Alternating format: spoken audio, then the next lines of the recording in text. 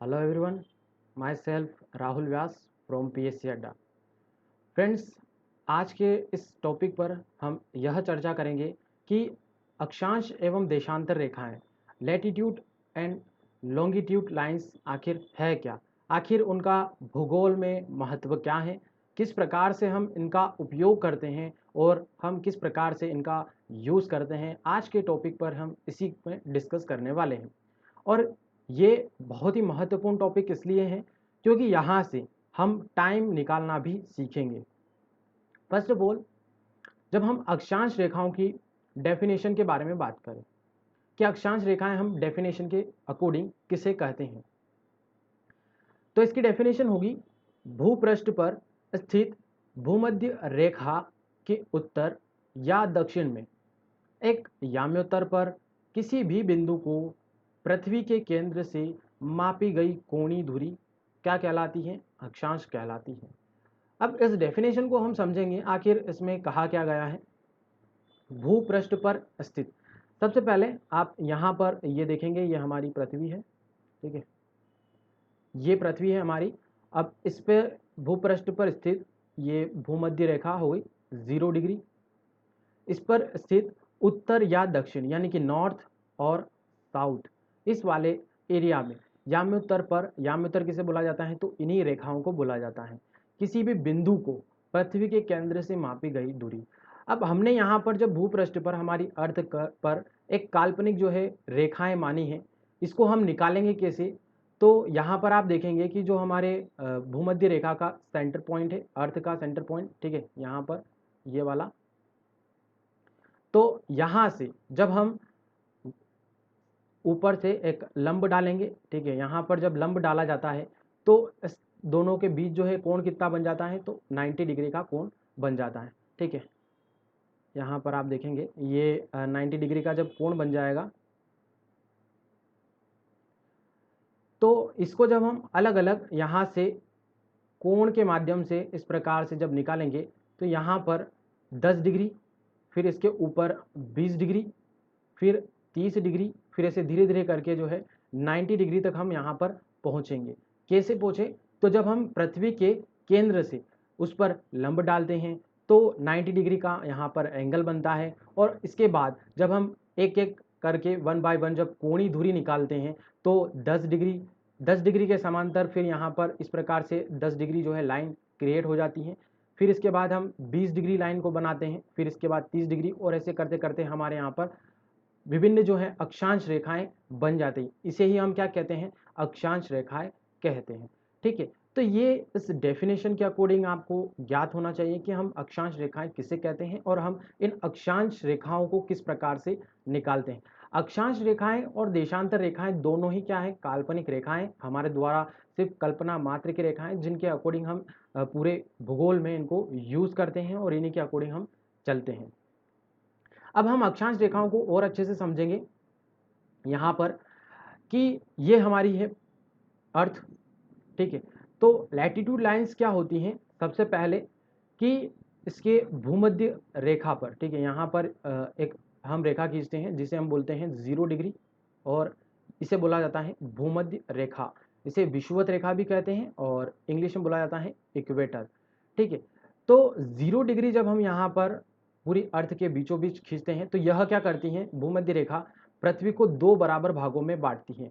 ऊपर का जो भाग है 0 डिग्री से लगाकर 90 डिग्री जो है नॉर्थ तक, और 0 डिग्री जो है साउथ तक, यह जो भाग कौन सा हो जाता है? साउथ यानी कि दक्षिणी गोलार्ध, और नॉर्थ वाला हो जाता है उत्तरी गोलार्ध, ठीक है, उत्तरी गोलार्ध।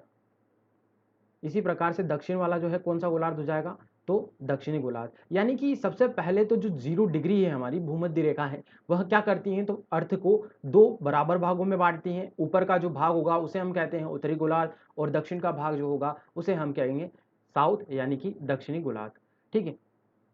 अब यहाँ पर जब ये विभिन्न जो है हमने अक्षांश रेखाएं खींची, जैसे कि 10 डिग्री, 20 डिग्री, फिर धीरे धीरे हम यहाँ पर ऊपर इसके नॉर्थ में आते हैं तो यहाँ पर आपको मिलेगी 23.5 डिग्री नॉर्थ, और यहाँ पर यह रेखा पूरी इस प्रकार से खींची जाती है। तो यह क्या करती है? जब 23.5 डिग्री नॉर्थ के उत्तर में दोनों जो है इन बिंदुओं को, ठीक है, इन दोनों जो है बिंदुओं को पृथ्वी पर जो रेखा मिलाती हैं उसको हमने नाम दिया है कर्क रेखा। इंग्लिश में होता है ट्रॉपिक ऑफ कैंसर, ठीक है। तो 23.5 डिग्री नॉर्थ जो रेखा है उसे भी हम कर्क रेखा कहते हैं, और इसी प्रकार से 23.5 डिग्री जो साउथ वाली रेखा है, जो दो बिंदुओं पर पृथ्वी के बिंदुओं को मिलाने वाले रेखा जो होती है उसे हम क्या कहते हैं, मकर रेखा कहते हैं। साउथ में इसका नाम होता है मकर रेखा और नॉर्थ में होता है कर्क रेखा। मकर रेखा को इंग्लिश में ट्रॉपिक ऑफ कैप्रिकॉर्न भी कहा जाता है, ठीक है। तो यह क्या होती हैं, इसी प्रकार से हम यहाँ पर अलग अलग अक्षांश रेखाएं निकालते हैं और इनको अलग अलग नामों से पुकारते हैं। जैसे कि एक और रेखा आती है 66.5 डिग्री अक्षांश पर। जब 66.5 डिग्री नॉर्थ की हम बात करें तो यहाँ पर जो दो बिंदुओं पर अर्थ को मिलाने वाली जो रेखा होती है, इस रेखा को हमने नाम दिया है आर्कटिक रेखा, आर्कटिक लाइंस। इसी प्रकार से 66.5 डिग्री साउथ में भी होती है और इसको हमने नाम दिया है अंटार्कटिक रेखा। अब जब हम यहाँ पर इस प्रकार से उत्तर की ओर बढ़ते हैं तो सबसे टॉप पर हमको मिलता है 90 डिग्री नॉर्थ, और दक्षिण में जब हम जाते हैं तो यहाँ पर मिलेगा हमको 90 डिग्री साउथ। इसको बोलते हैं हम उत्तरी ध्रुव, और दक्षिण में बोला जाता है इसे दक्षिणी ध्रुव, ठीक है। तो यहाँ पर 0 डिग्री से लगाकर हमने विभिन्न अक्षांश रेखाएं, भूमध्य रेखा के जो केंद्र से मापी गई जो कोणीय दूरी पर विभिन्न अक्षांश रेखाएं हैं, इन्हीं को हम क्या कहते हैं, अक्षांश रेखाएं कहते हैं। सामान्यतः जब हम सिंपल वे में जब इसकी बात करें तो अक्षांश रेखाएं क्या होती हैं, ग्लोब पर खींची गई समानांतर रेखाएं जो होती हैं उसी हम क्या कहते हैं, अक्षांश रेखाएं कहते हैं। यानी कि ये जो रेखाएं होती है वह बिल्कुल समानांतर होती हैं। जैसे कि यहाँ पर आप देख पाएंगे जितनी भी रेखाएं हैं, चाहे वो कर्क रेखा है, 0 डिग्री है, भूमध्य रेखा है, इसके बाद मकर रेखा, अंटार्कटिका, जितनी भी रेखाएं होती हैं अक्षांश रेखा वह क्या होती हैं, इस प्रकार से सीधी और समानांतर एक दूसरे के होती हैं, ठीक है। अब यहाँ पर इन टोटल अक्षांश रेखाओं की हम बात करें, ठीक है, टोटल इन रेखाओं की अगर हम बात करें तो टोटल अक्षांश रेखाएं कितनी हो जाती हैं, एक तो हो गई आपकी 0 डिग्री, इसके बाद 90 डिग्री यानी कि 90 जो रेखाएं हैं वो नॉर्थ में है, इसी प्रकार से 90 जो है रेखाएं कहाँ पर है, तो साउथ में है। जब हम इन्हें टोटल करते हैं तो कितनी रेखाएं यहाँ पर आ जाती हैं हमारे पास, 181, ठीक है। तो 181 रेखाएं टोटल हमारे यहाँ पर कितनी होती हैं, पूरे अर्थ पर 181 अक्षांश रेखाएं हैं, और इसी का जो है हम यहाँ पर पालन भी करते हैं। अब यहाँ पर हम अगर एक अक्षांशी दूरी की बात करें, एक अक्षांशी दूरी का मतलब क्या हुआ, यानी कि अगर हम 0 डिग्री से 1 डिग्री के बीच जाते हैं, ठीक है, 1 डिग्री नॉर्थ या फिर 1 डिग्री साउथ में, तो 0 से 1 डिग्री के बीच की दूरी की हम बात करें तो कितनी होती है, इन दोनों के बीच की दूरी कितनी होती है, 111 किलोमीटर होती है। यानी कि अगर हमें किसी भी दो अक्षांशी जो है दूरियों के बीच जाना है, उनकी दूरी की बात करें हम, तो वह कितनी हो जाएगी, 111 किलोमीटर इन दोनों के बीच की दूरियां होती हैं। इसी प्रकार से सारी जितनी भी अक्षांश रेखाएं हैं वह 111 किलोमीटर की दूरियां जो है कवर करते हुए विभिन्न स्थानों पर जो है हमने काल्पनिक रूप से बनाई गई हैं।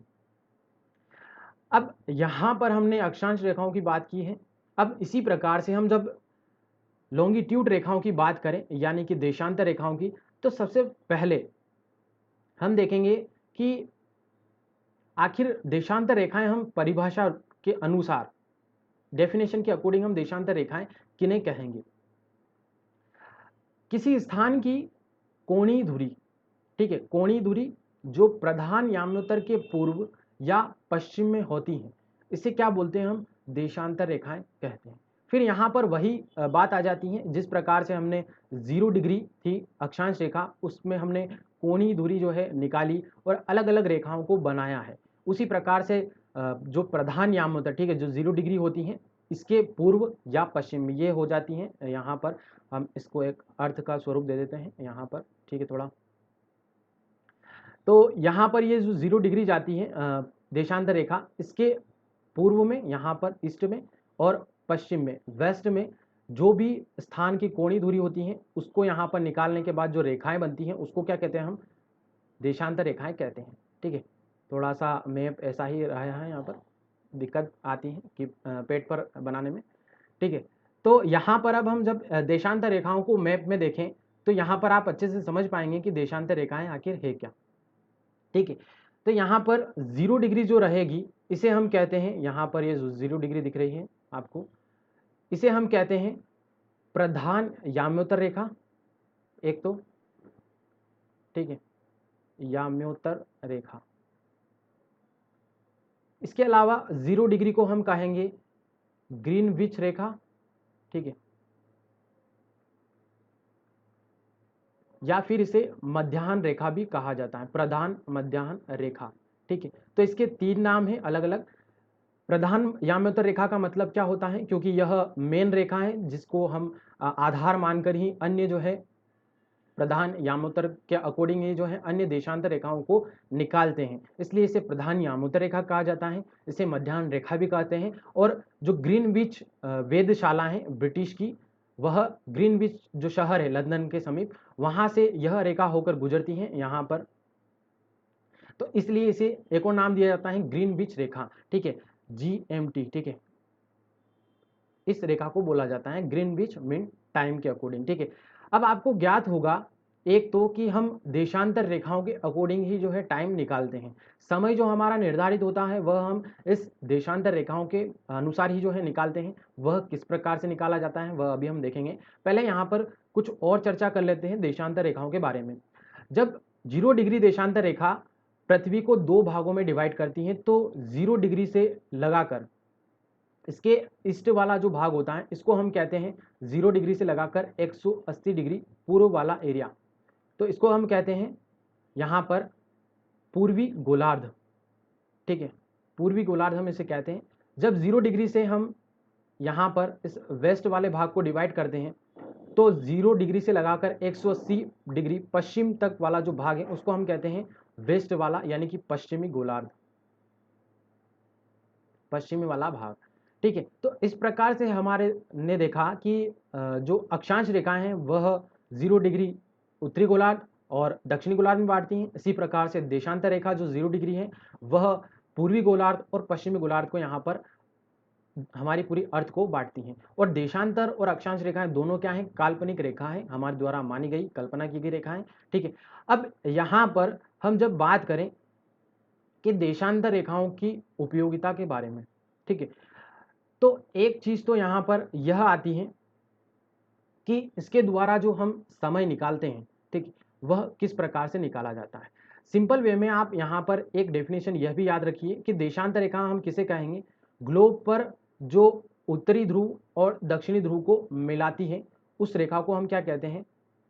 यहाँ पर ये साउथ पोल वाला एरिया है और यहाँ पर उत्तरी ध्रुव वाला एरिया है, तो ग्लोब पर जो रेखा उत्तरी ध्रुव और दक्षिणी ध्रुव को मिलाती है उसे हम क्या कहते हैं, देशांत रेखा कहते हैं। और इसी प्रकार से अक्षांश रेखा और देशांत रेखा दोनों ही कहाँ से जाते हैं, तो यह पृथ्वी के केंद्र से होकर गुजरती हैं। अब हम आगे बात करेंगे यहाँ पर देशांतर रेखाओं और समय के बारे में कि आखिर हम समय किस प्रकार से देशांतर रेखाओं के माध्यम से निकालते हैं। फर्स्ट ऑफ ऑल यहाँ पर जैसे कि मैंने आपको बताया कि जो हमारी पृथ्वी है, ठीक है, ये हमारी पृथ्वी है और यह क्या करती है, तो इस पर विभिन्न हमने देशांतर रेखाएं बना दी हैं 0 डिग्री और 0 डिग्री से लगाकर 180। ठीक है, और वहाँ पर यहाँ पर जब हम देखें कि 0 डिग्री से लगाकर 180 डिग्री जो है देशांतर पूर्व और पश्चिम तक है, तो यहाँ पर जो टोटल संख्या होती हैं देशांतर रेखाओं की वो कितनी होती हैं, 0 डिग्री प्लस 180 डिग्री प्लस, ठीक है, 179 रेखा। ठीक है, यहाँ पर इसलिए 179 लिया जाता है दोस्तों, जो 0 डिग्री होती है उसे हम गिनते हैं देशांतर रेखा में, और 180 डिग्री जो पूर्व और पश्चिमी दोनों जो रेखाएं हैं वह एक ही रेखा है, यानी कि 180 डिग्री पूर्व और पश्चिम रेखा सिर्फ एक ही रेखा है जिनको हम अलग अलग नामों से पुकारते हैं। ठीक है, और इसको जब हम ऐड करते हैं तो टोटल यहाँ पर हमारे यहाँ पर कितनी देशांतर रेखाएं हो जाती हैं, 360 डिग्री हो जाती हैं। ठीक है, क्योंकि आप जानते हैं कि पृथ्वी हमारी जो है गोलाकार पिंड है, इसलिए जब पृथ्वी रोटेट करती है, पूरा एक चक्कर लगाती है, घूम जाती है, तो वो कितनी रेखाओं को कवर कर लेती हैं, तो 360 रेखाओं को कवर कर लेती हैं और 360 डिग्री वह मूव कर जाती हैं, घूम जाती हैं। ठीक है, तो यह जब हम देशांतर रेखा और समय के बारे में जब बात करें तो हमारी पृथ्वी एक चक्कर 24 घंटे में पूरा करती हैं, यानी एक दिन जब लेती हैं तो उसमें 24 घंटे लगते हैं, ठीक है। 24 घंटे जब वह टाइम पीरियड लेती हैं अपना एक घूर्णन काल पूरा करने में, तो वह 360 डिग्री जो है पूरी घूम जाती हैं, ठीक है। तो यहाँ पर आप पहले समझिएगा कि हमारी जो पृथ्वी है वह क्या करती है, तो वह अपना जो पूरा एक चक्कर है वह 24 घंटे में कितने घूम जाती हैं, तो 360 वह घूम जाती है। जब हम यहाँ पर 1 घंटे का टाइम निकालते हैं, ठीक है, यहाँ पर मैंने 1 घंटे का टाइम निकाला, तो जब हम यहाँ पर 24 को काटेंगे 12 से 2 बार, और यहाँ पर 36 को काटेंगे तो 12×3 = 36, और जब 2 से काटेंगे इसको तो 15 बार, ठीक है। तो यहाँ पर जब हमने इसका टाइम निकालने की प्रयास किया सबसे पहले, तो यहाँ पर निकलने को आएगा कि 1 घंटे के टाइम पीरियड में हमारी पृथ्वी जो है कितना घूम जाती है, तो 15 डिग्री घूम जाती है, ठीक है। अब जब यहाँ पर हम देखेंगे कि 1 घंटे को भी हम 60 मिनट में कन्वर्ट कर सकते हैं, ठीक है, 60 मिनट में, तो यहाँ पर क्या होगा कि जब हम 60 को 15 से डिवाइड करेंगे तो यहाँ पर हमारे सामने क्या आ जाएगा, 4 मिनट आ जाएगा और 1 डिग्री आ जाएगा, ठीक है। तो यहाँ पर हमारे सामने कंक्लूजन रूप में क्या निकला, जब हमने देखा कि हमारी पृथ्वी 24 घंटे में पूरा एक चक्कर लगाती है, एक चक्कर लगाने का मतलब क्या है, पृथ्वी पूरी रोटेट हो जाती है। अब हमारी पृथ्वी जो है गोलाकार है, इस वजह से वह 360 डिग्री घूमती है, इसलिए हमने 24 घंटे को इक्वल रख दिया 360 डिग्री के। जब हमने उसकी वैल्यू को काटा, ठीक है, इक्वल वैल्यू जो थी उसको हमने काटा, तो यहाँ पर डिवाइड करने पर हमारे सामने क्या आया, तो 1 घंटे बराबर 15 डिग्री आया। जब हमने 1 घंटे को 60 मिनट में, ठीक है, आप जानते हैं 1 घंटे में 60 मिनट होते हैं, जब उसकी जगह हमने 60 मिनट में यह कैलकुलेशन की, तो हमारे सामने निष्कर्ष रूप में क्या वैल्यू आई कि 4 मिनट में 1 डिग्री को पार करने में समय लगता है। अब एक और चीज़ यहाँ पर आप पहले समझ लीजिएगा कि यहाँ पर जो देशांतर रेखाएं होती हैं, ठीक है, इनके बीच की दूरी जो है कितनी होती है, एक देशांतरी रेखा के बीच की दूरी होती है 111.32 किलोमीटर, ठीक है। जब आप इसके दूरी की बात करते हैं यहाँ पर देशांतर रेखाओं में, तो 0 डिग्री से 1 डिग्री पर जाने पर कितनी आपको ट्रेवल करनी पड़ती है दूरी भूमध्य रेखा पर, 111.32 किलोमीटर, ठीक है। और यह दूरी आपको कहाँ पर मिलेगी, तो भूमध्य रेखा के बिल्कुल मिडिल वाले एरिया में मिलेगी, मध्य भाग में मिलेगी। जब आप नॉर्थ वाले एरिया या साउथ वाले एरिया में जैसे जैसे भूमध्य रेखा से ऊपर या नीचे जाएंगे, तो यहाँ पर दो अक्षांश के बीच की जो दूरियों में काफ़ी डिफरेंट जो है कम होता हुआ आपको नजर आएगा। फिर जब ये डिफरेंट आप नॉर्थ या साउथ पोल पर पहुंचेंगे, तो यहाँ पर ये जो दूरियां हैं अक्षांशों के बीच की वह बिल्कुल जीरो हो जाती हैं, और इसकी वैल्यू कितनी हो जाती है, जीरो हो जाती है, यानी कि इनकी दूरियां जो है समाप्त हो जाती हैं। अब यहाँ पर आप देखेंगे कि दो अक्षांशों के बीच की दूरी कितनी है, 111.32 किलोमीटर। तो हमने जो यहाँ पर निष्कर्ष निकाला है कि 1 डिग्री को पार करने में कितना टाइम लगेगा, 4 मिनट जो है टाइम ट्रेवल लगेगा। अब ये टाइम ट्रेवल आप समझेंगे यहाँ पर, जैसे कि फॉर एग्जांपल यहाँ पर आप देखेंगे कि यहाँ पर हम गए, ये जो डिग्री है 0 डिग्री से हम गए 1 डिग्री पर, ठीक है। जब हम 1 डिग्री पूर्व की ओर आते हैं तो यहाँ पर हमको कितना टाइम लगेगा, 4 मिनट का टाइम लगेगा, ठीक है। इसी प्रकार से 1 घंटे में हम कितनी डिस्टेंस कवर कर लेंगे, तो इस देशांतर रेखाओं के अकॉर्डिंग हम 1 घंटे में 15 डिग्री तक पहुंच जाएंगे, ठीक है। यहाँ से जब हम 1 घंटा टाइम ट्रेवल करेंगे किसी भी साइड, चाहे हम पूर्वी साइड जाएं पश्चिमी साइड जाएं, तो वहाँ पर हमको कितना टाइम लगेगा, 15 डिग्री में पहुँचने में हमें 1 घंटा टाइम लगेगा। अब यहाँ पर आप और ज़्यादा समझेंगे गणित की, यहाँ पर थोड़ी सी कैलकुलेशन आपको आनी चाहिए। जैसे कि फॉर एग्जांपल यहाँ पर हम हमारे भारत का टाइम निकालने का प्रयास करेंगे, कैसे, किस प्रकार से हम हमारे भारत का टाइम जो है डिसाइड करते हैं, ठीक है। जैसे कि ये हमारी पृथ्वी है, ठीक है, और यहाँ पर है 0 डिग्री, ठीक है, 0 डिग्री यहाँ पर है। तो आपको ज्ञात होगा कि 0 डिग्री को हम बोलेंगे ग्रीनविच मीन टाइम, यानी कि इसी के आधार रखकर हम पूरे अर्थ पर जितना भी टाइम है, टाइम जोन है, उसको हम यहाँ पर निर्धारित करते हैं 0 डिग्री के अकॉर्डिंग। अब यहाँ पर आप समझेंगे कि जब हम पूर्व की साइड जाते हैं, ठीक है, तो यहाँ पर हमारा हमेशा जो है टाइम क्या होगा, प्लस में होगा, और जब हम इस 0 डिग्री के वेस्ट में जाएंगे यानी कि पश्चिम की ओर जाएंगे तो यहाँ पर हमारा टाइम क्या रहेगा, माइनस में होगा। यानी कि 0 डिग्री पे बिल्कुल जो है आपके 12 बजेगी, और अगर आप जैसे जैसे इन देशांतरों को पूर्वी साइड क्रॉस करोगे तो आपको हमेशा टाइम प्लस में होता जाएगा, और जब आप 0 डिग्री के वेस्ट में जाएंगे तो वहाँ पर आपको 0 डिग्री से माइनस में जो है समय देखने को मिलेगा। फॉर एग्जाम्पल यहाँ पर जब हम उदाहरण ले रहे हैं हमारे भारत के टाइम जोन का, तो आपको ये जानकारी होगी कि हमारे यहाँ पर जो भारत में टाइम निर्धारित किया गया है वह किससे निर्धारित किया गया है, 82.5 डिग्री। ठीक है, 82.5 डिग्री जो ईस्ट वाली रेखा है, ठीक है, पूर्वी वाले भाग में जो 82.5 डिग्री है, इसको हमने हमारे भारत में IST इंडियन स्टैंडर्ड टाइम, ठीक है, लाइंस जो है ये माना है। इसी के अकॉर्डिंग हमारे यहाँ पर पूरे भारत में टाइम निर्धारित किया जाता है, और यहाँ पर हम किस प्रकार से टाइम निकालते हैं वह हम यहाँ पर अभी देख रहे हैं।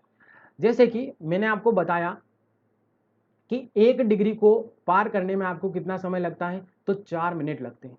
जब हम 0 डिग्री से 82.5 डिग्री ईस्ट वाले एरिया में आते हैं तो एक चीज़ तो आपको यहाँ पर समझ में आ जाएगी कि जब भी हम ईस्ट वाले भाग में आएंगे तो टाइम क्या रहेगा, हमेशा प्लस में आएगा। ठीक है, अब जब यहाँ पर हमारा टाइम प्लस में आएगा, इसके बाद हम यहाँ पर निकालेंगे कि कितना ज़्यादा है हमारा टाइम ग्रीनविच मीन टाइम से। जैसे कि यहाँ पर जब 82.5 डिग्री आप निकालेंगे तो, ठीक है, 82.5 डिग्री, जब 82.5 डिग्री यहाँ पर आपको 1 डिग्री में 4 मिनट का टाइम लग रहा है, तो 4 मिनट के अकॉर्डिंग आपको 82.5 डिग्री जो पार करने में कितना टाइम लगेगा, तो 330 मिनट लगेंगे।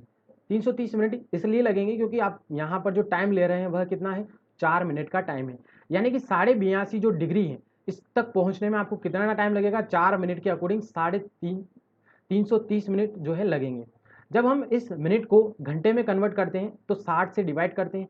जब हम यहाँ पर इसको 60 से डिवाइड करेंगे तो यहाँ पर आपके पास वैल्यू आएगी 5.5। ठीक है, तो यह अब हमारे सामने वैल्यू आ चुकी है 5.5 घंटे की। इस प्रकार से आप देखेंगे कि ग्रीनविच मीन टाइम से हमारा जो टाइम है इंडिया का वह कितना आगे है, तो 5.5 घंटे आगे हैं। ठीक है, तो इसी प्रकार हम सारे जितने भी देश हैं किसी की भी मानक समय है उसको हम यहाँ पर GMT 0 डिग्री के सापेक्ष जो है निकालते हैं, उसी के अनुसार जो है हम समय ज्ञात करते हैं। फॉर एग्जाम्पल यहाँ पर हम एक और प्रश्न ले लेते हैं जिससे आपको और अच्छे से समझ में आएगा कि हम देशांतर रेखाओं के अकॉर्डिंग किस प्रकार से समय को निकालते हैं। यहाँ पर एक प्रश्न है, जब IST याम्योत्तर पर, ठीक है, IST का मतलब क्या हुआ, इंडियन स्टैंडर्ड टाइम, इस पर याम्योत्तर पर यानी कि 82.5 डिग्री की हम यहाँ पर बात कर रहे हैं। याम्योत्तर का मतलब होता है रेखाएं, काल्पनिक रेखाएं जिसको हम यहाँ पर पढ़ रहे हैं। इस पर दोपहर होती है, दोपहर में का मीन्स क्या हो गया, यहाँ पर 12 बजती हैं। ठीक है, तब धरती पर एक अन्य स्थान पर लोग अपनी सुबह 6 बजे की चाय ले रहे होते हैं, उस स्थान का देशांतर क्या होगा। अब यहाँ पर इस प्रश्न के माध्यम से हम देखेंगे कि किस प्रकार से हम टाइम को निकालते हैं। एक चीज तो यहाँ पर हमें दे रखा है कि किसके सापेक्ष निकालना है हमें, तो IST यामोत्तर पर टाइम दे दिया है कि हमारे भारत का टाइम जो है वह उस समय क्या बज रही है, 12 बज रही है। यानी कि दिन के समय जब हमारे यहाँ पर 12 बज रही है और एक और टाइम दिया है, एक अन्य स्थान का टाइम है, वह है सुबह 6 बजे। अब यहाँ पर आप समझिएगा कि यहाँ पर जब आपको सुबह का समय दिया गया है, ठीक है, सुबह का 6 बजे का टाइम दिया है, तो ये टाइम कभी भी पूर्व की साइड नहीं आ सकता, क्योंकि आप जब हमने देखा कि जो 0 डिग्री के आप पूर्व की ओर चलते हैं तो वहां पर क्या होता है, टाइम बढ़ता जाता है। ठीक है, जब आप हमारे भारत के स्टैंडर्ड टाइम के पूर्व की ओर जाएंगे तो वहां पर क्या होगा, इससे भी आगे का टाइम होगा प्लस में। यानी कि दिन में अगर यहाँ पर हमारे यहाँ पर 12 बज रही है तो उसके बाद 1 बजेगी, 2 बजेगी, 3 बजेगी, यानी कि 12 के बाद का टाइम होगा। इसलिए इन्होंने यहाँ पर जो प्रश्न में हमें सुबह का टाइम दिया है, यानी कि हम कहाँ की बात कर रहे हैं, पश्चिम की ओर की बात कर रहे हैं। ठीक है, एक चीज तो यहाँ पर आपको समझ में आ गई कि हम IST यानी कि इंडियन स्टैंडर्ड जो टाइम है, ठीक है, उसके दोपहर की बात कर रहे हैं, तो दोपहर से यहाँ पर इन्होंने सुबह का समय दिया है, किसी भी स्थान का सुबह का समय दिया है, तो ये कहाँ की बात हो गई, वेस्ट की बात हो गई। ठीक है, यानी कि हमेशा जब भी टाइम पीछे का हिस्सा बता रहा है तो वह वेस्ट की बात होगी, अगर टाइम आगे का दिया गया है किसी भी सापेक्ष के माध्यम से तो वह क्या हो जाएगा, पूर्व की बात हो जाएगी। अब यहाँ पर एक चीज आपको समझ में आ गई अब दूसरी चीज कि हम यहाँ पर देशांतर देशांतर निकालना है, यानी कि अपने को डिग्री ज्ञात करनी है कि कौन से डिग्री पर वह स्थान अवस्थित है। जब कभी भी आपको प्रश्न में दो टाइम जोन दिए गए हैं, ठीक है, तो दोनों टाइम जोन का आप अंतर निकालेंगे। जैसे कि यहाँ पर फॉर एग्जांपल हमें दिया गया है 6 बज रही है सुबह की, और भारत में उस समय क्या बज रही है, दोपहर की 12 बज रही है। जब आप दोनों का टाइम डिफरेंस निकालेंगे तो कितना आएगा आपके सामने, 6 घंटे का डिफरेंस आएगा। अब मैंने आपको बताया है कि 1 घंटे में हमको टाइम ट्रेवल करने में कितनी, हम 1 घंटे में 15 डिग्री जो है तय कर लेते हैं।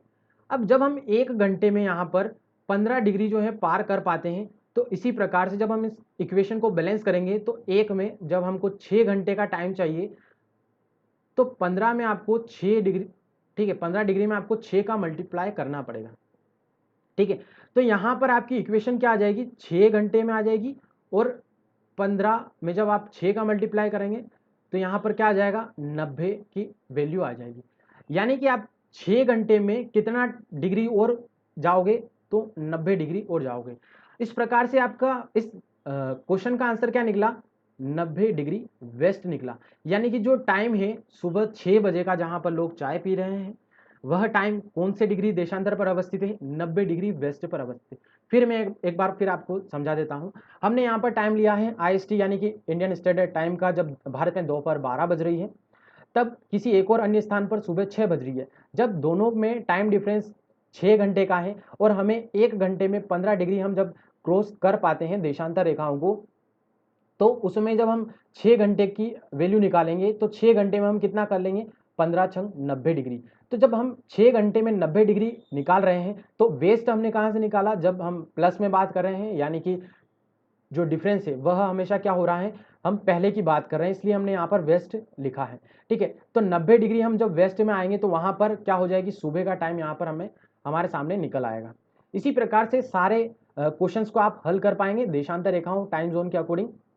उसमें आप सिर्फ इतना कीजिएगा कि अगर डिग्री दिया हुआ है क्वेश्चन में आपको, जैसे कि 15 डिग्री 70 डिग्री, तो इन दोनों में आप निकालेंगे, ठीक है, कि हमारे पास कितनी डिग्री बच रही है, और उसमें आप क्या निकालेंगे, तो जिसके भी सापेक्ष वह बोला जाता है, ठीक है, स्थानीय समय और उसके अकॉर्डिंग, तो वहां पर आप क्या करेंगे, टाइम का मल्टीप्लिकेशन करेंगे। या तो आप 4 मिनट का कर सकते हैं या फिर 1 घंटे के अकॉर्डिंग भी कर सकते हैं, ठीक है।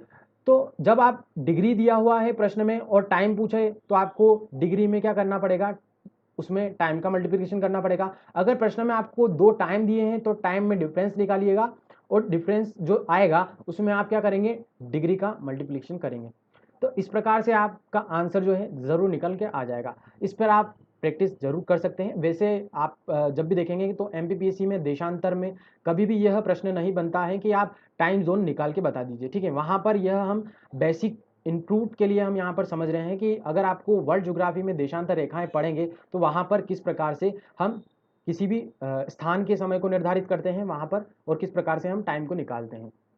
अब यहाँ पर हम आगे बढ़ेंगे तो इस टॉपिक में एक और आती है कंडीशन स्थानीय समय की। लोकल टाइम क्या होता है, सबसे पहले हम यहाँ पर बात करेंगे लोकल टाइम के डेफिनेशन के बारे में, ठीक है।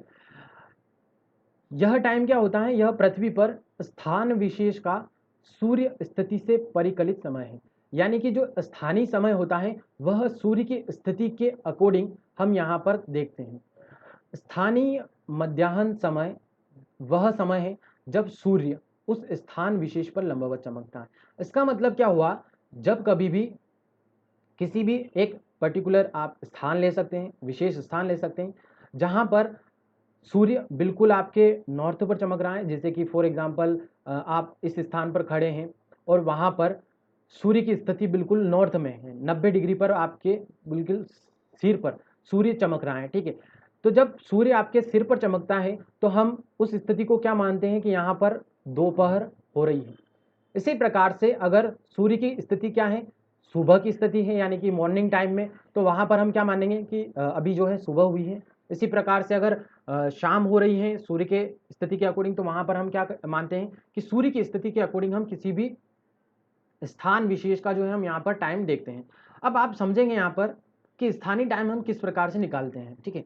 जैसे कि मैंने आपको बताया कि जो स्थानीय समय होता है वह हम किस प्रकार निकालेंगे, जो 0 डिग्री होता है, ग्रीनविच मीन टाइम, ठीक है, इसके अकॉर्डिंग जब हम टाइम ट्रेवल करते हैं, चाहे हम पूर्व की साइड जाएं, पश्चिम की साइड जाएं, उसी की प्रकार से हम निकालेंगे जिस प्रकार से मैंने अभी आपको टाइम निकाल के बताया है, ठीक है।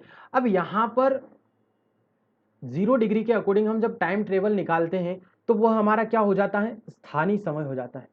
जैसे कि फॉर एग्जाम्पल एक और चीज हम यहाँ पर देख लेते हैं कि हमारे भारत में, ठीक है, हमारे भारत में बहुत सारे अलग अलग स्टेट हैं और हमारा भारत जो है काफ़ी विस्तृत है। तो उसका जो टाइम निर्धारित किया गया है वो किससे निर्धारित किया गया है, 82.5 डिग्री ईस्ट वाली जो है देशांतर रेखा को एक मानक स्टैंडर्ड टाइम मान के जो है उससे सभी टाइम जो है निर्धारित किया गया है। परंतु हम फॉर एग्जाम्पल के लिए ले लेते हैं मध्य प्रदेश की स्थिति पर, ठीक है। तो मध्य प्रदेश में हमने मान लिया कि 80 डिग्री जो पूर्वी देशांतर रेखा है, ठीक है, 80 डिग्री जो पूर्वी देशांतर रेखा है, तो जब हम 0 डिग्री से लगाकर 80 डिग्री तक जब हम टाइम ट्रेवल करेंगे तो यहाँ पर जो टाइम आएगा वह उस विशेष स्थान के लिए स्थानीय समय हो जाएगा जो उस देशांतर रेखा पर अवस्थित होगा। किसी भी एक देशांतर रेखा पर अवस्थित जितने भी स्थल होते हैं उन सभी का टाइम एक ही होता है। जैसे कि हमने अभी 80 डिग्री का एग्जाम्पल लिया है, तो 80 डिग्री में एमपी में जो कोई भी स्थिति इस पर अवस्थित है वहां पर 0 डिग्री के अकॉर्डिंग अगर हम स्थानीय समय निकालेंगे तो वो उस विशेष स्थान का स्थानीय समय कहलाता है, ठीक है। इसको हम सूर्य के अकॉर्डिंग भी देखते हैं और वही जो है राइट टाइम होता है। अब यहाँ पर एक और टाइम की बात आती है, वह भी हम देख लेते हैं, ठीक है। एक और टाइम होता है मानक समय के बारे में, यानी कि स्टैंडर्ड टाइम क्या है, ठीक है। स्टैंडर्ड टाइम यह आप समझेंगे तो यह किसी देश के मध्य से गुजरने वाली याम्योत्तर, ठीक है, याम्योत्तर यानी कि देशांतर रेखा की बात कर रहे हैं, इसका माध्य होता है, एवरेजन होता है और यह किसी देश के मध्य से होकर गुजरती है जिससे उस देश का समय जो है निर्धारित होता है, ठीक है। अब हम मानक स्टैंडर्ड टाइम किसे बोलते हैं साथियों, हम यह उस याम्योत्तर को कहते हैं जहां पर किसी भी देश का टाइम जो है डिपेंड करता है। अगर किसी पर्टिकुलर एक विशेष या विशिष्ट क्षेत्र की हम बात कर लें या फिर किसी भी देश की हम बात कर लें, तो अगर मानक समय जो है वहां पर किसी एक विशेष याम्योत्तर की बात करें तो वहां पर अगर कोई विशेष देशांतर है उसके अकॉर्डिंग अगर टाइम निकाला जाता है तो उसको हम कहते हैं मानक स्टैंडर्ड टाइम, ठीक है। अब उसी के अकॉर्डिंग यहाँ पर उस देश का जो है टाइम निर्धारित किया जाता है। कैसे, फॉर एग्जाम्पल फिर से हम यहाँ पर लेते हैं भारत का एग्जाम्पल, जैसे कि हमारे यहाँ पर जो 82.5 डिग्री है, ठीक है, 82.5 डिग्री जो ईस्ट पूर्वी जो देशांतर रेखा है, यह हम भारत हमारे जो है भारत के 5 राज्यों से होकर गुजरती है और इलाहाबाद के समीप जो नैनी शहर है वहाँ से यह जो ईस्ट देशांतर रेखा है वह यहाँ से गुजरती है। और हमारे भारत का जो समय है, ठीक है, इंडिया का जो समय है वह इसी रेखा के जो है माध्यम से निकाला जाता है और इसी के अकॉर्डिंग हम मानते हैं कि 0 डिग्री जो जीएमटी रेखा है, ग्रीनविच मीन टाइम है, उससे हमारा जो टाइम है इंडिया का वह कितना है, 5.5 घंटे आगे हैं, ठीक है, जो मैंने आपको निकाल के बता दिया है। अब यहाँ पर हम इसे बोलते हैं IST, इंडियन स्टैंडर्ड टाइम, ठीक है। तो ये हमारे भारत का एक स्टैंडर्ड टाइम हो गया है। इसी के अकॉर्डिंग हमारे पूरे भारत में जितनी भी घड़ियां जो है संचालित होती हैं उसको हम इसी के अकॉर्डिंग जो है बनाकर लेकर चलते हैं, ठीक है। आपके घर में जो घड़ी होती है जिसमें आप समय देखते हैं वह भी हमारे भारत का इसी 82.5 डिग्री के अकॉर्डिंग जो है टाइम निर्धारित है और उसी पर जो हमारी घड़ियां चलती हैं। इसकी वजह से क्या होता है कि हमारे भारत की बात करें या फिर किसी भी देश की, अगर स्टैंडर्ड टाइम वहां पर अपनाया जाता है तो उससे उसकी वजह से क्या होता है, उस देश के लिए जितने भी क्षेत्र हैं, चाहे वो अलग अलग स्टेट की बात करें या फिर किसी विशेष क्षेत्र की, तो वहां पर क्या होता है, इस स्टैंडर्ड टाइम की वजह से एक फिक्स टाइम होता है जिससे आपको टाइम में सुलभता होती है, ठीक है। अलग अलग टाइम देखने को नहीं मिलता, जैसे कि फॉर एग्जांपल हमारा जो भारत है काफ़ी विस्तृत है, तो आप देखेंगे कि गुजरात का जो एरिया है उस पर किसी और विशेष देशांतर रेखा अवस्थित है और वहीं से लेकर जब आप देखेंगे कि देशांतरी विस्तार है हमारा 68.7 से 97.25, ठीक है, ठीक है, ये है पूर्वी देशांतरी विस्तार, ठीक है। तो अब यहां से लगाकर हमारा भारत जो है पूरा विस्तृत है। तो इसमें आप देखेंगे कि अगर हम स्थानीय समय के अकॉर्डिंग चलें, ठीक है, एक और चीज आप स्थानीय समय को मानक स्टैंडर्ड समय से डिफरेंट रखिएगा, ठीक है। स्थानीय समय क्या हुआ, जब हम देशांतरी रेखाओं का ग्रीनविच मीन टाइम 0 डिग्री के सापेक्ष अगर टाइम निकालते हैं तो उसे हम कहते हैं स्थानीय समय। ठीक है, जैसा हम मैंने आपको बताया है कि हम टाइम कैसे निकालते हैं वह चीज़। ठीक है, अब अगर हम स्टैंडर्ड टाइम के अकॉर्डिंग टाइम निकालते हैं, ठीक है, यानी कि किसी एक स्वेच्छा से मानी गई जो रेखा होती है, जैसे कि हमारे भारत में ऑफिशियली रूप से 82.5 डिग्री को टाइम के लिए जो है निर्धारित किया गया है, तो ये स्वेच्छा से मानी गई रेखा है। अगर इसके अकॉर्डिंग हम टाइम निकालते हैं उसको बोलते हैं हम स्टैंडर्ड टाइम। दोनों में डिफरेंस क्या होता है, जैसे कि फॉर एग्जाम्पल अगर मैंने आपको बताया है कि अलग अलग राज्य हैं, अगर हम स्थानीय समय से निकालेंगे तो वहाँ पर गुजरात का टाइम अलग आएगा, फिर एमपी का टाइम अलग आएगा, फिर इसके बाद अलग अलग राज्यों के, इस प्रकार से हम जब अरुणाचल प्रदेश तक जाएंगे तो पूरे भारत में काफ़ी जो है विभिन्न स्थानों पर अलग अलग टाइम जो है आपको देखने को मिलेगा। जबकि हमारे यहाँ पर क्या होता है, जब हमने एक ऑथेंटिक, ठीक है, आधिकारिक ऑफिशियली रूप से जब हमने 82.5 डिग्री को समय निर्धारित करने के लिए मान रखा है, तो यहाँ पर क्या होता है हमारे यहाँ पर कि गुजरात में भी वही टाइम होगा जो आपके अरुणाचल प्रदेश में होगा या फिर अन्य स्टेटों में होगा।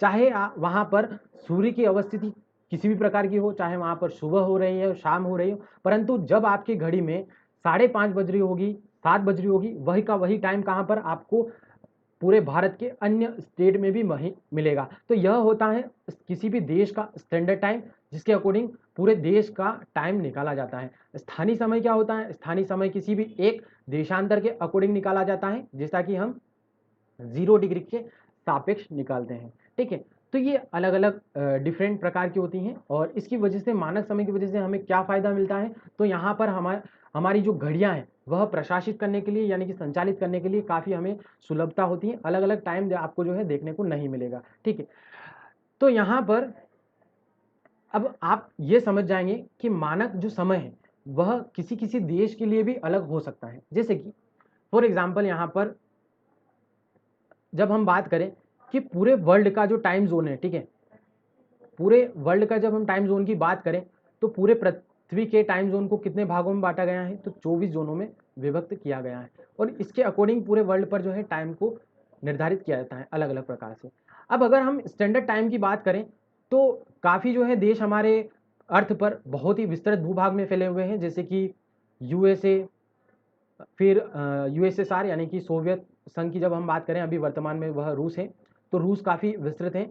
इसके बाद ऑस्ट्रेलिया की ले लें हम, तो यहाँ पर क्या है कि इनका जो भूभाग है वह काफ़ी बड़ा है, इसलिए इनके लिए क्या होता है कि स्टैंडर्ड टाइम को भी काफ़ी अलग अलग प्रकारों में बांटा गया है। जैसे कि यूएसए के लिए 7 टाइम जोन बनाए गए हैं, अलग अलग जो है 7 स्टैंडर्ड टाइम है जिनके अकॉर्डिंग वहाँ पर उनके एरिया के टाइम को निर्धारित किया जाता है। इसी प्रकार से रूस में 11 जो है टाइम जोन है, और ऑस्ट्रेलिया में 3 टाइम जोन को यानी कि स्टैंडर्ड माइंड जो हम कहें तो उसके अकॉर्डिंग यहाँ पर इनके भूभाग में अलग अलग टाइम देखने को मिलता है। जबकि हमारे भारत के परिप्रेक्ष्य में हम बात करेंगे तो वहाँ पर हमारे भारत में यहाँ पर कभी भी एक स्थान पर टाइम कुछ और है, अन्य स्थान पर टाइम कुछ और है, इस प्रकार की कोई कंडीशन नहीं होती। यहाँ पर सभी का टाइम एकदम सिमिलर होता है, घड़ियाँ सभी की एक ही टाइम बताती हैं। अब हम आगे बढ़ेंगे, एक और टर्म्स है जो देशांतर रेखा से जुड़ी हुई है, वो है अंतर्राष्ट्रीय तिथि रेखा, इंटरनेशनल डेट लाइन। ठीक है, नाम से आपको समझ में आ जाएगा, जो इंटरनेशनल तिथि को डिसाइड करें। ठीक है, तो ये काफ़ी महत्वपूर्ण रेखा है जो अक्सर काफ़ी महत्वपूर्ण है। अब ये रेखा क्या होती है यहाँ पर हम समझेंगे। ठीक है, ये दिखेगी आपको 180 डिग्री देशांतर रेखा। ठीक है, मैंने आपको बताई कि टोटल जो है हमारे यहाँ पर पूरे अर्थ पर हमने बना रखी है 360 काल्पनिक जो है रेखाएं। ठीक है, तो 360 में जो 180 डिग्री, ठीक है, ईस्ट वाली और वेस्ट वाली जो दोनों अक्षांश रेखाएं हैं 180 डिग्री, वह दोनों अलग अलग न होते हुए एक ही रेखा है। ठीक है, तो जब हम 180 डिग्री पूर्व व पश्चिम रेखा की बात करें तो इसे ही हम क्या कहते हैं, अंतर्राष्ट्रीय तिथि रेखा कहते हैं। इसे अंतर्राष्ट्रीय तिथि रेखा क्यों कहते हैं यह समझेंगे हम। सबसे पहले इसकी अवस्थिति की बात करें तो इसकी अवस्थिति इस प्रकार से होती है कि जब हमने 0 डिग्री की देखा तो 0 डिग्री बिल्कुल एकदम समानांतर दिखती है आपको, मतलब नॉर्थ और साउथ पोल को मिलाने वाली रेखा है। जबकि आपको 180 डिग्री जो है रेखा कुछ इस प्रकार से मुड़ी हुई जो है दिखेगी। इसका रीज़न क्या है, यहाँ पर आप देखेंगे जब यह नॉर्थ पोल से उत्तरी ध्रुव से स्टार्ट होती हैं तो यहाँ पर एक आता है रूस का एरिया, साइबेरिया वाला इलाका। ठीक है, साइबेरिया वाले इलाकों को विभाजित न करने की वजह से इसको हमने 70 डिग्री, ठीक है। यहाँ पर हमने इसको 75 डिग्री उत्तरी अक्षांश, ठीक है, उत्तरी अक्षांश, ठीक है। तो यहाँ पर हमने क्या किया कि इस जो 180 डिग्री, अगर यहाँ पर इसको सीधी रेखा मानते हैं तो यहाँ पर क्या हो जाता है, जो साइबेरिया वाले का इलाका है उसका टाइम कुछ और हो जाता और बाकी जो बचा एरिया है उसका टाइम कुछ और हो जाता। इसलिए इस टाइम में डिफरेंस नहीं आने की वजह से हमने क्या कर दिया, साइबेरिया वाले इलाके को बचाने के लिए हमने इसको नॉर्थ में 75 डिग्री उत्तरी अक्षांश पर क्या कर दिया, पूर्व की साइड मोड़ दिया। फिर जब हम इसके नीचे आए नॉर्थ जो है उत्तरी ध्रुव से, तो धीरे धीरे जब यह बेरिंग संधि के बेरिंग जो सागर है यहाँ पर यह पहुँचती है, तो इसको हमने पूर्व की बजाय पश्चिम की जो है और मोड़ दिया, ताकि जो बेरिंग सागर का टाइम है वह जो है चेंजेस नहीं हो जाए, ठीक है। पूरे बेरिंग सागर का एक ही टाइम हो और उसी के अकॉर्डिंग यहाँ पर हम देखें। आगे जब ये बढ़ी, ठीक है, यहाँ पर हमने इसको सीधा देखा और जब यहाँ पर एक और देश आता है, ठीक है, यहाँ पर छोटे छोटे हैं, ठीक है, फिजी जो है आइलैंड है, तो यहाँ पर फिजी के बहुत सारे छोटे छोटे द्वीप भी हैं। तो यहाँ पर क्या है कि न्यूजीलैंड और फिजी के जो है टाइम में डिफरेंट नहीं लाया जा सके और इन दोनों के टाइम में काफ़ी डिफरेंट न हो, इसलिए हमने क्या कर दिया, इस रेखा को यहाँ पर इसको इस प्रकार से मोड़कर पूरे जितने भी यहाँ पर द्वीप है, ठीक है, यहाँ पर अलग अलग द्वीप हैं न्यूजीलैंड से संबंधित, तो इसको अलग टाइम में न डिवाइड किया जा सके, इसलिए हमने यहाँ पर इस प्रकार से इस रेखा को मोड़ दिया और यहाँ पर पूरी ये जो देशांतर रेखा है यह हमारे यहाँ पर कंप्लीट हो जाती है नॉर्थ और साउथ पोल पर, ठीक है। तो ये देशांतर रेखा की कुछ इस प्रकार से अवस्थिति होती है और इसको हमने हमारी सुविधा के लिए टाइम में अलग अलग वेरिएशंस ना देखने को मिले इन स्थानों में, इसलिए इसको हमने क्या कर दिया, अलग अलग स्थानों पर मोड़ दिया। अब यहाँ पर इसकी उपयोगिता हम समझेंगे कि जब कभी भी आप इस रेखा को अगर या तो आप पूर्व से पश्चिम की ओर चले जाएं या फिर पश्चिम से पूर्व की ओर आ जाएं, ठीक है, तो जब कभी भी आप अगर इस रेखा को यहाँ से पार करते हैं तो आपको एक दिन का टाइम जो है या तो एडवांस मिलेगा या आपको नुकसान में होगा। फॉर एग्जाम्पल यहाँ पर हम समझेंगे कि जब कभी भी आप अगर 179 जो है यहाँ पर अगर 179 हम डिग्री रेखा पर आप अवस्थित है, ठीक है, यहाँ से अगर आप 180 डिग्री जो है टाइम ट्रेवल करते हैं, ठीक है, अगर आप पूर्व में जाएंगे तो आपको टाइम में बेनिफिट होगा, यानी कि आपको क्या होगा, एक दिन पहले ही आप वहाँ पर पहुँच जाएंगे। और अगर आप वेस्ट की ओर जाएंगे, ठीक है, यानी कि पश्चिम वाला एरिया जो हमारे लिए हम कहें कि यूएसए वाला जो एरिया है, ठीक है, वेस्ट वाला एरिया, तो अगर हम वहाँ पर जाते हैं इसको पार करके तो वहाँ पर हमको क्या होगा, एक दिन हम पीछे चले जाएंगे।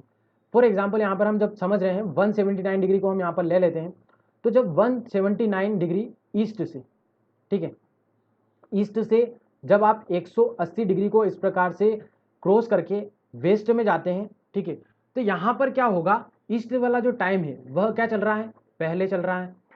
यहाँ पर यहाँ पर जो एरिया है वह पहले ही हमारे यहाँ 0 डिग्री के सापेक्ष क्या होता है, टाइम पहले चलता है, ठीक है, तो काफ़ी आगे जो है होता है। अब अगर आप वेस्ट में चले जाएंगे तो यहाँ पर क्या हो जाएगा, आप एक दिन पीछे हो जाएंगे, ठीक है, यानी कि आप जब 179 डिग्री पर अगर मान लीजिए कि 31 तारीख को अगर 179 डिग्री पर 31 दिसंबर है, तो अगर आप यहाँ पर वेस्ट में चले गए, ठीक है, इस समय अगर आपने 180 डिग्री को क्रॉस कर लिया तो वेस्ट में जब जाएंगे तो यहाँ पर क्या हो जाएगा, एक दिन और आप पीछे चले जाएंगे, यानी कि 30 दिसंबर यहाँ पर आपको मिलेगा, ठीक है। और अगर आप इसके विपरीत अगर इस प्रकार से जाते हैं कि अगर 179 डिग्री, ठीक है, 179 डिग्री अगर वेस्ट से आप इस प्रकार से 180 को क्रॉस करके ईस्ट की ओर आते हैं तो आपको क्या होगा, एक दिन पहले ही आप यहाँ पर पहुँच जाएंगे। यानी कि अगर यहाँ पर उस समय 31 दिसंबर है, ठीक है, 31 दिसंबर है, तो आप जब यहाँ पर 180 डिग्री को क्रॉस करके ईस्ट में आएंगे तो आप यहाँ पर कौन सी तारीख को पहुँच जाएंगे, तो 1 जनवरी को पहुँच जाएंगे। तो इस प्रकार से यहाँ पर जब आप 180 डिग्री को या तो क्रॉस करते हैं किसी भी दिशा में, तो वहाँ पर आपको या तो टाइम ट्रेवल का फायदा होता है या फिर दिन का नुकसान होता है। तो ये होती है बहुत ही महत्वपूर्ण 180 डिग्री जो हमारे पृथ्वी पर पश्चिम या पूर्व में जो टाइम होता है उसको यहाँ पर डिसाइड करती हैं कि एक दिन का यानी 24 घंटे का यहाँ पर अंतर आपको मिलेगा, ठीक है। तो ये काफ़ी जो है टिपिकल टफ जो है हम कहें कि थोड़ा सा कैलकुलेशन वाला जो है टॉपिक है, जो देशांतर रेखाओं वाला, तो यह एक गणितीय भूगोल का पोर्शन है, इसलिए यहाँ पर थोड़ी सी दिक्कत आती है। फिर भी मैंने आपको अपेक्षा अनुरूप जो है अच्छे से समझाया है। इसलिए अगर आपको मेरा जो है ये क्लास पसंद आई है, मेरी क्लास अगर आपको अच्छी लगी है, तो आप मुझे जो है प्रतिक्रिया स्वरूप ज़रूर बताइएगा। और आज के लिए बस इतना ही। आप सभी का धन्यवाद दोस्तों। Thank you.